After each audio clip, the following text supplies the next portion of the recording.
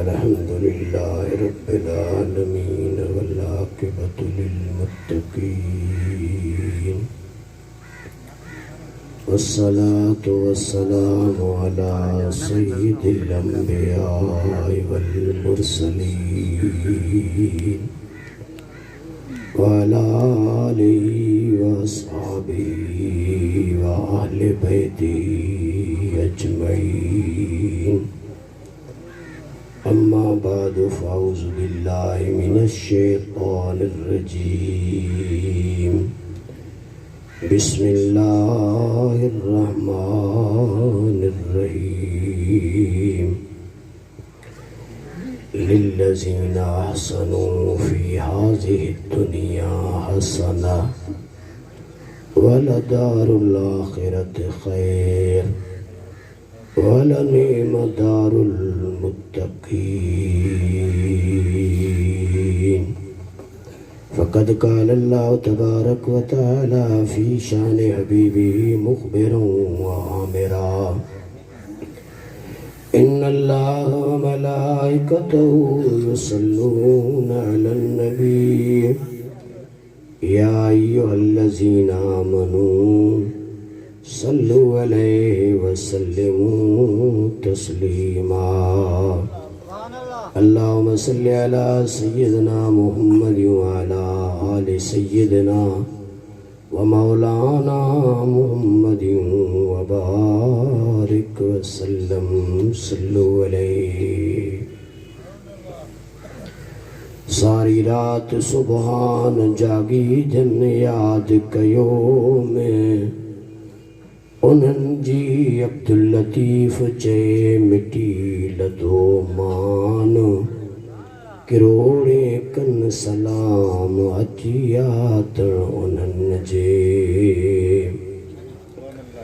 Hub दुर्वेशा कलीदे जन्नतस्त दुश्मने ऐशा सजाए लानतस्त। जे भाई जोगी थिया त तमो छद तमाम गोला जे गोलन जातन जो थियो गुलाम। सब्र जी शमशीर सी कर कीने के कतलाम तनागा तुझो नाम लिख जे लाहू तिन सी। प्यारे दोस्तों, मोहतरम मुकर्रम अज़ीज़ान मिल्लत व बरादरान इस्लाम, उलमाए किराम व हुफ़्फ़ाज़ किराम व सनाख़ान मुस्तफ़ा व मुअज़्ज़िज़ीन सोने नबी जा गुलामो, अस्सलामु अलैकुम व रहमतुल्लाहि व बरकातुहू। ये सालियानो जलसो मौलाना मोहम्मद आदम चाचड़ सिकंदरी साहब पांजे गोठ जे अंदर कोठाए करे सिर्फ पांजी दिल के बागो बहार न प्या करन बल्कि पूरे इलाके के पूरी चाचड़ कौम के पूरे मदीने जे ताजदार सल्लल्लाहु अलैहि वसल्लम जे गुलामन के खास तरह से गौसुल आलमीन हजरत गौस बहाउद्दीन ज़करिया सूरवर्दी मुल्तानी रहमतुल्लाह ताला अलैह ऐं हजरत रोज़े धनी रहमतुल्लाह ताला अलैह जे फैज़ मां फैज़ याब थींदड़ मुरीदन अकीदत मंदन के अल्लाह ताला जे महबूब अलैहि सलातो सलाम जो शान बुधाए करे, तारीफ बुधाए करे ऐं जलसे जो एहतमाम करे। तवा असा सभिनी इलाके वारन जे मथा इहो रब्बे करीम जी ज़ात जो करम ऐं मौलाना मोहम्मद आदम साहब पांजी कोशिशुन ऐं कावशुन सां पूरे इलाके के इहो एक रूहानी ग़िज़ा जो सरमायो ॾेई करे तव्हां असांजे जिस्मानी रूहानी ज़हनी ऐं क़ल्बी कुव्वतुन में इज़ाफ़े करण जो बंदोबस्त कयो आहे। सुभान अल्लाह। तव्हां जे साम्हूं डिघी तक़रीर त न कंदुसि। 10 वॼी करे 26 मिंट थिया आहिनि। ये साईं जो हुकुम ऐलान है इंशाअल्लाह उहे कंदुस छो तो मूंखे तकीर खां बाद में वरी अॼु मुल्तान शरीफ वञणो आहे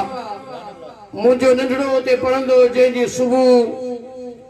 क़ुरान करीम जो ख़त्म पूरो थियो हाफ़िज़ थियो उनजी दुआ जो प्रोग्राम आहे तंहिंजे करे मां इन करे जल्दी आयुसि ताकि हाज़िरी भी लगी वञे ऐं ओॾे जो प्रोग्राम भी जल्दी मुंहिंजो वञण जो थी वञे जेकॾहिं ॻाल्हि कयूं मेराज मुस्तफ़ा जी त मेराज मुस्तफ़ा अल्लाह ताला जे महबूब अलैहिस्सलातु वस्सलाम जॾहिं मेराज ते वया उन मेराज वारी रात में मदीने जे ताजदार सल्लल्लाहु अलैहि वसल्लम जी ज़ात उते सोने नबी अलैहिस्सलातु वस्सलाम एक जिक्र जो आवाज ॿुधो जो जिक्र जो आवाज हू जो आवाज अची रहियो कायनात जे सरदार जिब्रील खां पुछा कई ही कंहिंजो आवाज आहे जिब्रील अमीन अर्ज़ कयो त या रसूल अल्लाह ही अव्हां जो उम्मती अव्हां जो गुलाम जंहिंजो नालो बहाउद्दीन ज़करिया आहे अज अल्लाह ताला जे हुजूर में वो अर्श जे हेठां सोने नबी अलैहिस्सलातु वस्सलाम जे गुलामन जो आवाज मदीने जे ताजदार सल्लल्लाहु अलैहि वसल्लम जिक्र जो आवाज ॿुधो वो जिक्र जे आवाज वारो केर हो अल्लाह ताला जे महबूब पुछा कई जिब्रील अमीन ॿुधाई त गौसुल आलमीन बहाउद्दीन ज़करिया अव्हां जो उम्मती आहे अव्हां जो गुलाम आहे उन मदीने जे मीर जे अल्लाह ताला जे महबूब जे गुलाम जे जिक्र जो आवाज कायनात जे सरदार ॿुधो अल्लाह ताला जे महबूब अलैहिस्सलातु वस्सलाम हज़रत शेख शहाबुद्दीन सूरवर्दी रहमतुल्लाह ताला अलैहि फरमाइन था त मां 10 साल गौसुल आलमीन जे अचण जो इंतजार कयो आहे जो गौसुल आलमीन जे अचण खां पहिरियों 10 साल अॻु में मदीने जे मीर मूंखे गौसुल आलमीन जूं कुझु अमानतूं ॾिनियूं आहिनि सुभान अल्लाह हज़रत पीर गौस बहाउल हक़ सखी पीर गौस बहाउल हक़ करमद पीर गौस बहाउल हक़ अल्लाह ताला ने महबूब अलैहिस्सलातु वस्सलाम जा गुलाम सोनो नबी महबूब मोहम्मद अरबी सल्लल्लाहु अलैहि वसल्लम वो अल्लाह ताला जो प्यारो हबीब आए जो रब्बे करीम जी ज़ात इन मुबारक महीने में पांजे महबूब के लामकानन जो सैर कराए पांजो दीदार जो शरफ अता फरमायो अल्लाह ताला इरशाद फरमायो सुब्हानल्लज़ी अस्रा बि अब्दिही लैलम मिनल मस्जिदिल हराम इलल मस्जिदिल अक़सा अल्लाह ताला इरशाद फरमायो सोने नबी महबूब मोहम्मद अरबी के रब्बे करीम जी ज़ात 34 भेरा पांजे दीदार जो शरफ अता फरमायो आहे घणा भेरा 34 भेरा 33 भेरा निंड जी हालत में हिकड़ो भेरो जाग जी हालत में यानी मेराज वारे महीने में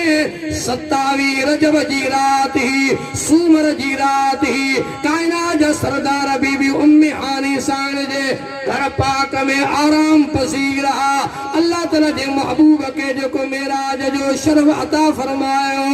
सोने नबी जे मेराज जे जिक्र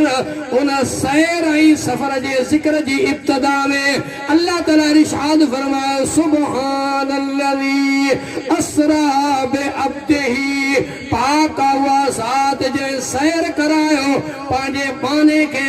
मस्जिद हराम का मस्जिद अक़सा ताईं सुबहान जो लफ्ज़ अल्लाह ताला कुरान करीम में आने करे जहान वाण के ॿुधायो त मेराज कराइण वारो मां खुद खुदा पाण आहियां जेके मेराज थो करायां वो मदीने जो मीर आहे इन करे आशिक कहे तो तूर मेराज के हिस्से से होता है आया अपना जाना और है उनका बुलाना और है हजरत मूसा कलीमुल्लाह घुर कई त मौला मुके पांजो दीदार अता फरमा। अल्लाह ताला फरमाया क़ाल लम तरानी, मूसा कलीमुल्लाह माता दीदार कराया पर तो कलीमुल्लाह में मुझे दीदार जी बर्दाश्त कौन आए, तू मुझे दीदार सही कौन सगने। हाँ मूसा कलीमुल्लाह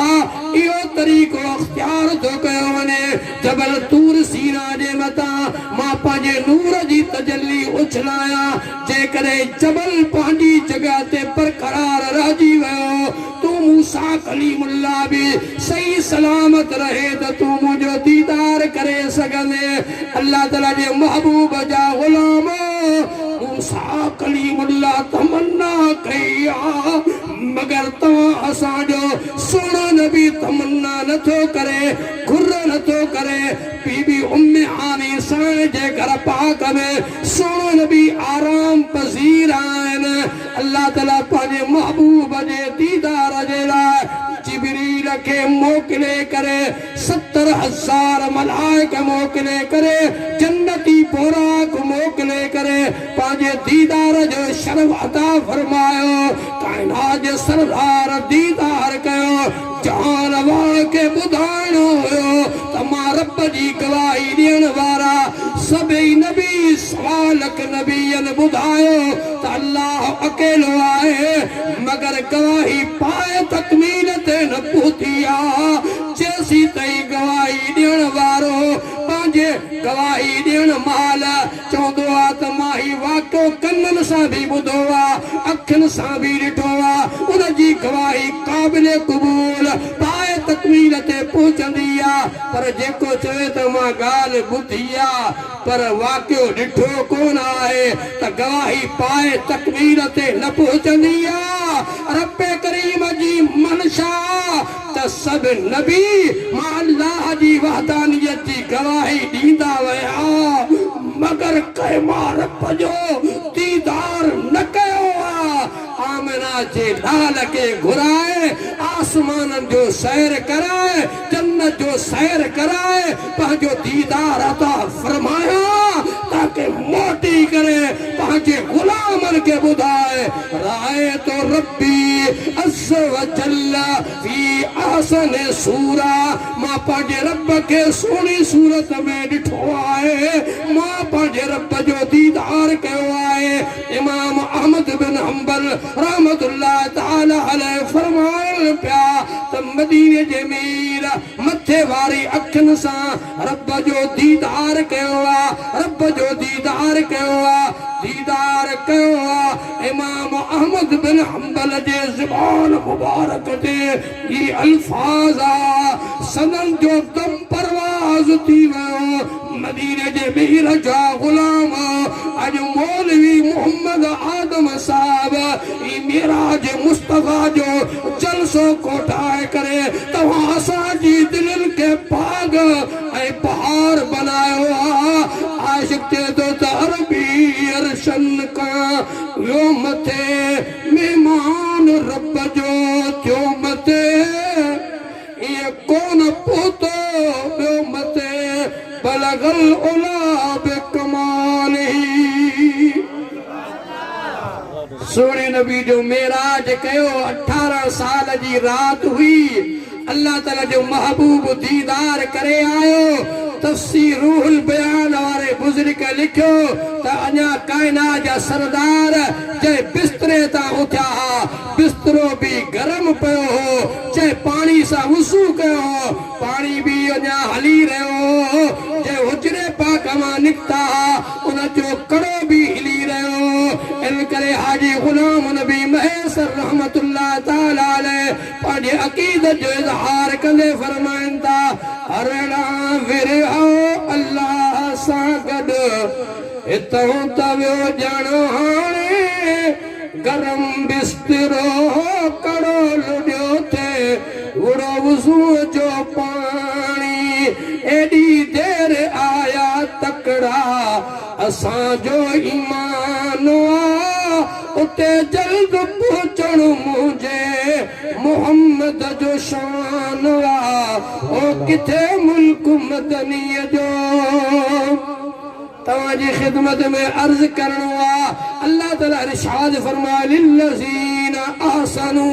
फी हाज़िहि दुनिया हसना ये जिंदगी दुनिया जी आहे इन खां बाद में भी जिंदगी आहे इन खां बाद में भी जिंदगी आहे मरण खां पोइ कब्र जी जिंदगी कब्र खां पोइ महशर जो मैदान महशर खां पोइ जन्नत जी जिंदगी आहे ही टे मरहला अल्लाह ताला जी साथ इरशाद फरमायो लिल्लज़ीना ahsanu फी हाज़िहि दुनिया हसना उन्हनि जे वास्ते ही दुनिया जी जिंदगी भी भली आहे जन चङा अमल कया नेकियूं कयूं आहिनि भलारनि जे वास्ते त भलाई आहे अल्लाह ताला फरमाए अल्लाह युहिब्बुत तव्वाबीन व युहिब्बुल मुतत्तहिरीन रब्बे करीम जी ज़ात इरशाद फरमाता मां अल्लाह के प्यारा आहिनि जेके तौबा कंदड़ आहिनि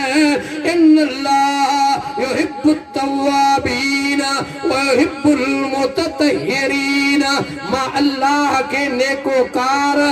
जेके पाकाई रखंदड़ आहिनि उहे मां अल्लाह ताला के प्यारा आहिनि अल्लाह ताला इरशाद फरमाता लिल्लज़ीना ahsanu ही दुनिया जी जिंदगी गुजारण वारा दुनिया में रहण वारा नेकोकार ही जिंदगी भी उन्हनि जी भली आहे नेक बनिया मुत्तकी बनिया परहेज़गार बनिया मुरीद आया शागिर्द आया गुलाम आया कदमनि ते हथ रखी करे हथनि खे चुमियूं ॾेई करे अर्ज़ कंदा रहिया साईं मुंहिंजे लाइ दुआ कयो दुआ घुरंदा विया बेड़ा पार थींदा विया अल्लाह ताला जो कामिल वली मौलाना मोहम्मद इब्राहिम भयो जेको सरहद जी भर में बुजुर्ग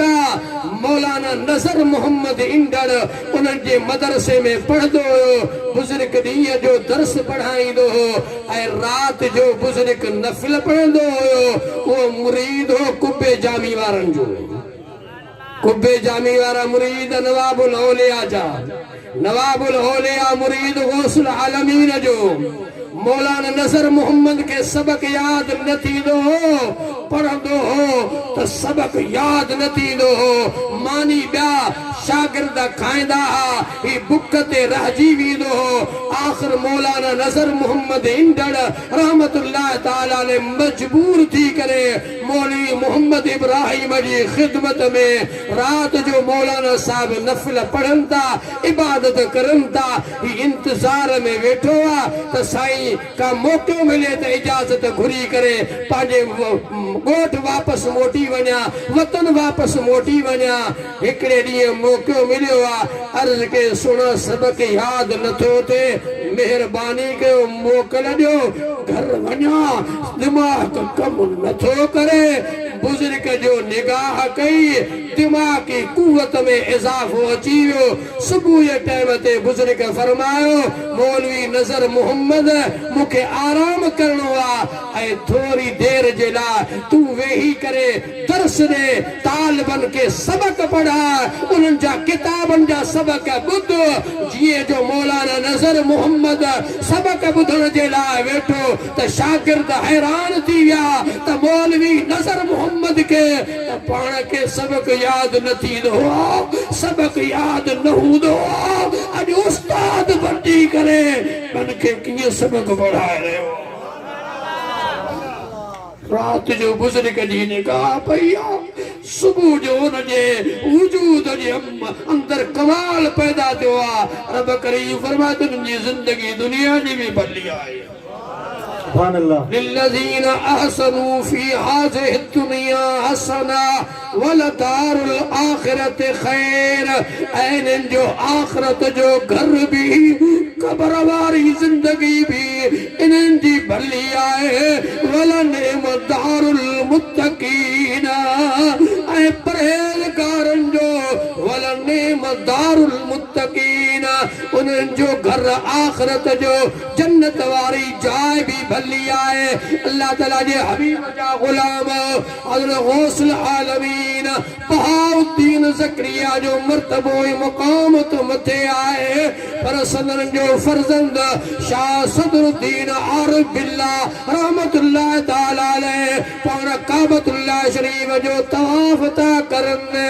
काबतुल्लाह जे तवाफ जे दौरान फरगान जो बादशाह भी मौजूद आ। सदन जी न्याणी बीबी रास्ती पाक दामन रहमतुल्लाह ताला अलैह जेका आयशा रुकने आलम जी अम्मा बनी आहे उहा भी मौजूद आ। बीबी रास्ती पाक दामन रहमतुल्लाह ताला अलैह छा ॾिसे थी त हिकिड़ो जवान आहे तवाफ करे रहियो आहे, पर हुन जी पुठीअ मञा नूर जूं लाटूं निकिरी रहियूं आहिनि। बीबी साहब सम्झी वई त ही अल्लाह जो वली आहे, इन मां को कुतुब पैदा थींदो। पाण पंहिंजे बाबे सां बीबी साहब भी नेकोकार ही आबदा ज़ाहिदा हुई, पंहिंजे करामत ऐं पंहिंजे मर्तबे मक़ाम जे लिहाज़ सां सम्झी वई आहे ऐं पंहिंजे बाबे सां सॼी हक़ीक़त हाल कयई त बाबा इन जवान खां एड्रेस पुछो,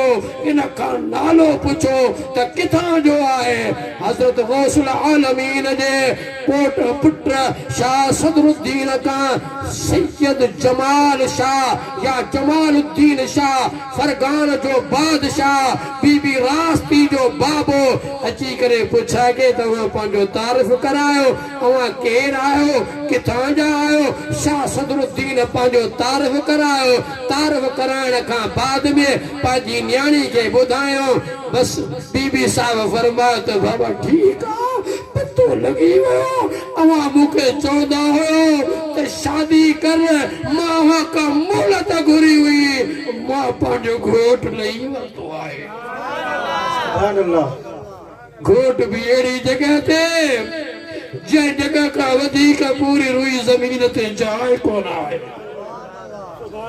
काबतुल्लाह शरीफ जे तवाफ जे दौरान बीबी साहब शाह सदरुद्दीन आरिफ बिल्लाह के ॾिठो आहे। फरगान जे बादशाह के न्याणी पंहिंजो मुतालबो ॿुधाए, बाबा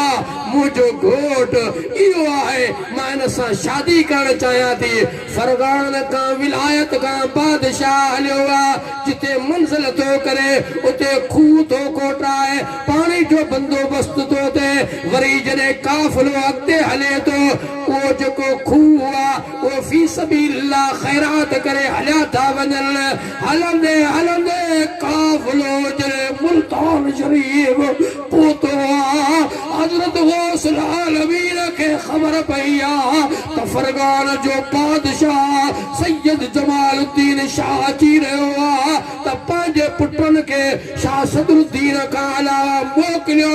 वॾो फरगान जे बादशाह जो इस्तक़बाल कयो। मुल्तान शरीफ जो जेको वाली आहे बादशाह उन भी इस्तक़बाल कयो। फरगान जो बादशाह पहुतो जंहिं जगह ते बीबी रास्ती जो